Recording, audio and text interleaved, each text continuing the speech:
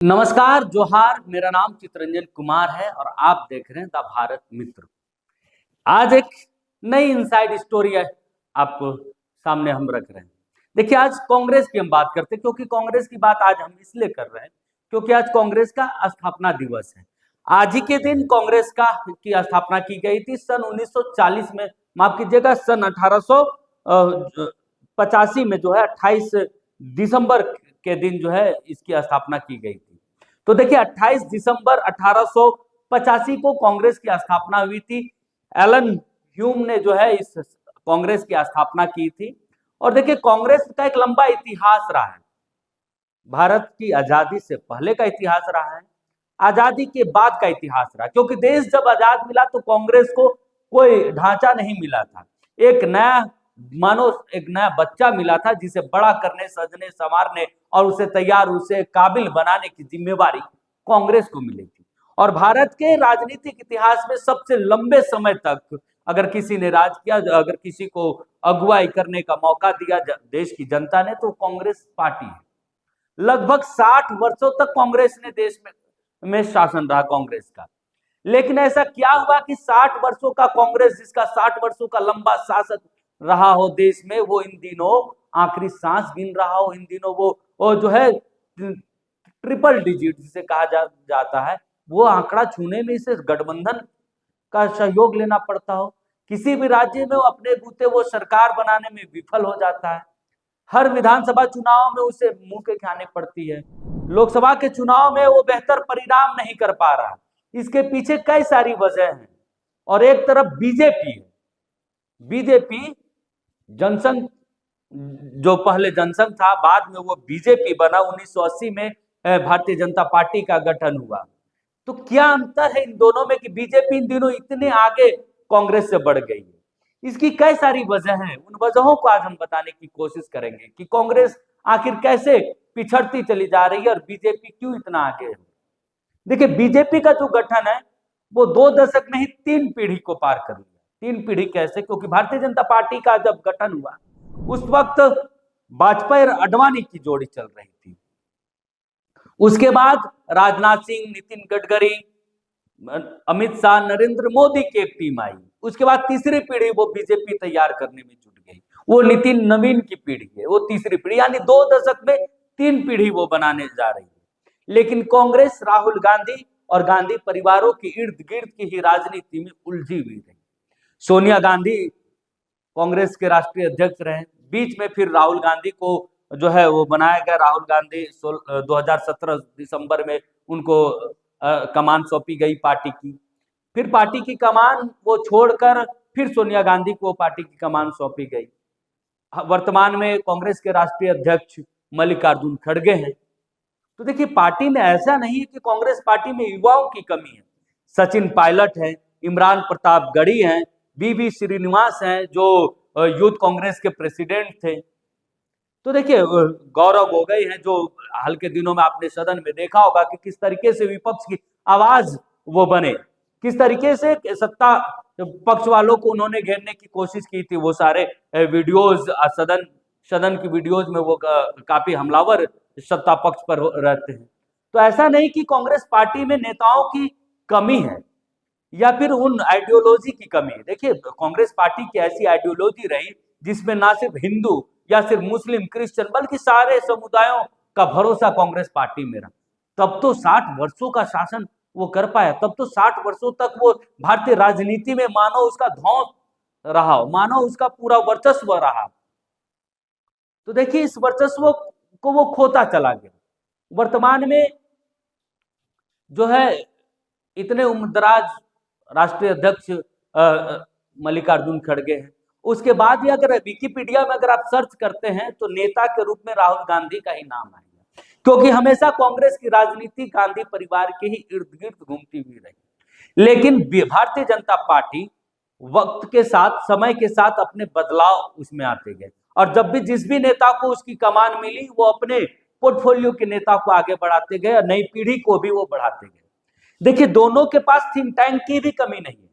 कांग्रेस के पास भी कई अनुसांगिक संगठन है, सेवा दल है, युवा मोर्चा है, छात्र संघ है, छात्र विंग है, किसान मोर्चा है, मजदूर यूनियन भी इंटक जैसे मजबूत एक जो है यूनियन है जो मजदूरों के बीच काम करती है।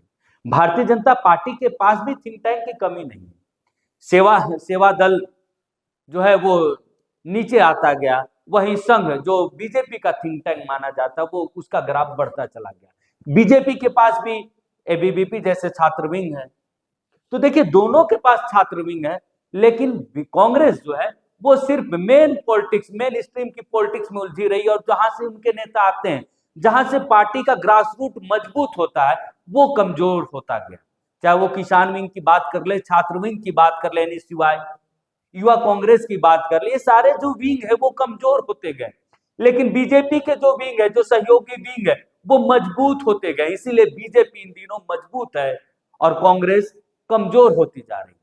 अगर लोकसभा, राज्यसभा, विधानसभा, इन सारी चीजों का अगर आंकड़ों की बात करें, अगर कांग्रेस की आंकड़ों की बात करें, तो 543 में 102 लोकसभा सीटें कांग्रेस के पास, वहीं बीजेपी के पास 240 सीटें।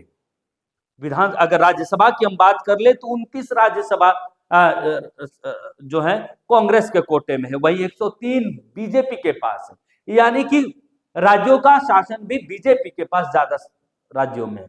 वो अगर वही विधायकों की बात करें तो 676 विधायक कांग्रेस के हैं, वही बीजेपी की बात करें तो 1656 विधायक बीजेपी के हैं। तो बीजेपी का कुनबा लगातार मजबूत होता गया और कांग्रेस हमें लगातार कमजोरी, इधर अगर बात करें 2 दशक से, तो लगातार इसका ग्राफ कम आते गया। पंडित जवाहरलाल नेहरू पहले प्रधानमंत्री बने कांग्रेस के बाद, उसके बाद अगर कुछ कार्यकाल शास्त्री जी का रहा, उसके बाद लगातार जिनको भी मौका मिला सबने बेहतर काम किया। इंदिरा गांधी को मौका मिला, आयरन लेडी के तौर पे आए। देखिए कांग्रेस ने ही देश को कई सारी चीजें दी। झारखंड की बात कर ले तो एचईसी कांग्रेस का देन है, पंचवर्षीय योजना कांग्रेस की देन है, मनरेगा कांग्रेस ने दिया। ऐसे कई सारी योजनाएं जो कांग्रेस ने ही शुरू की, लेकिन उतनी सारी योजनाएं, इतना सारा काम करने के बावजूद भी कांग्रेस कमजोर होती गई। और बीजेपी, जिसे 2014 में जो है सरकार मिली, सत्ता मिली, वो लगातार मजबूत होता गया। वो अपने वोट बैंक को कभी उसने साथ नहीं छोड़ा, जबकि कांग्रेस उलझती चली गई कि वो किस और चला जाए।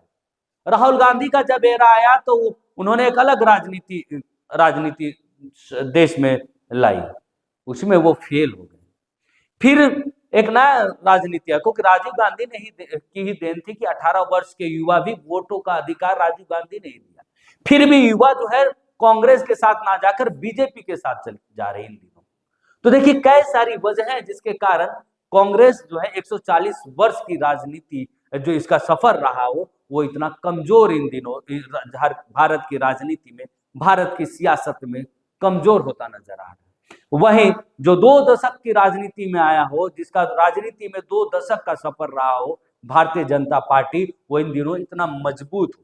देखिए अगर बीजेपी और कांग्रेस दोनों में युवाओं का भरमार है।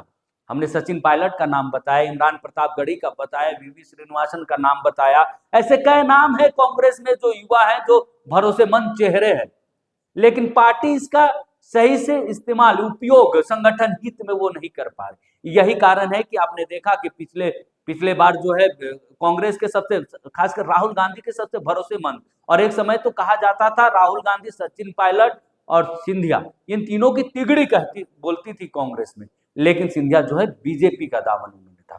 बीजेपी में क्या है कि अनुराग ठाकुर हो, सूर्या हो, और कैसे युवा चेहरे बीजेपी में है। नितिन नवीन, जिसे एक नई पीढ़ी बनाने का काम सौंपा गया। बिहार की राजनीति से राष्ट्रीय अध्यक्ष तक, कार्यकारी अध्यक्ष तक का सफर बीजेपी ने ही तो तय कराया। इसलिए कांग्रेस में इन दिनों, क्योंकि कल जब कांग्रेस की सीडब्ल्यूसी की बैठक थी तो उसमें भी यह मांग आई कि बीजेपी के तर्ज पर अब कांग्रेस को सोचना होगा। अगर संगठन को मजबूत करना है, अगर सत्ता में वापस आना है, तो बीजेपी के तर्ज पर सोचना होगा कि कैसे एक नीचे बैठे, दरी में बैठे कार्यकर्ता को देश का कमान सौंपा जाता है, कैसे उसको आगे लाया जाता है। ये तस्वीर, ये बात खुद कांग्रेस के पुराने कांग्रेसी नेता दिग्विजय सिंह ने कही। उन्होंने कहा कि अच्छी बातों को एडॉप्ट करना चाहिए, अच्छी बात है। अगर आपको सियासत में लंबा खेलना है तो आपको समय के साथ बदलाव लाना होगा, क्योंकि परिवर्तन संसार का नियम है। अगर आप वक्त के साथ नहीं बदलते तो आप पिछड़ जाते। ये ताजा उदाहरण कांग्रेस है कि वक्त के साथ सियासत राजनीति में अपने आप में वो बदलाव नहीं लाए। तो देखिए ये आज की इनसाइड स्टोरी, क्योंकि आज कांग्रेस का स्थापना दिवस 140 साल वर्सेस 1980 के बाद बनी बीजेपी, यानी कांग्रेस वर्सेस बीजेपी पर जो फासले हैं, क्यों बीजेपी मजबूत होता गया और क्यों कांग्रेस कमजोर होता गया, ये एक छोटी सी पहल हमारे तरफ से थी कि कैसे बीजेपी और मजबूत हो रहा, क्योंकि उसकी थिंक टैंक जो है आगे की वो सोचती है। वो 2029 के चुनाव की तैयारी अभी कर रहा है, लेकिन कांग्रेस इन दिनों संगठन को मजबूती देने पर ही जुड़ा हुआ है, क्योंकि संगठन इतना कमजोर हो गया है कि संगठन को नीचे से यानी कि प्रारंभिक स्टार्टिंग दौर से मजबूत करने पर जुटा है। लेकिन वही बीजेपी जो है वो अगले चुनाव की तैयारियों में जुट जाता है। वक्त के साथ सबको बदलना चाहिए, तरीके बदलने चाहिए, और ये भारत की राजनीति में भी दिखता है। नमस्कार।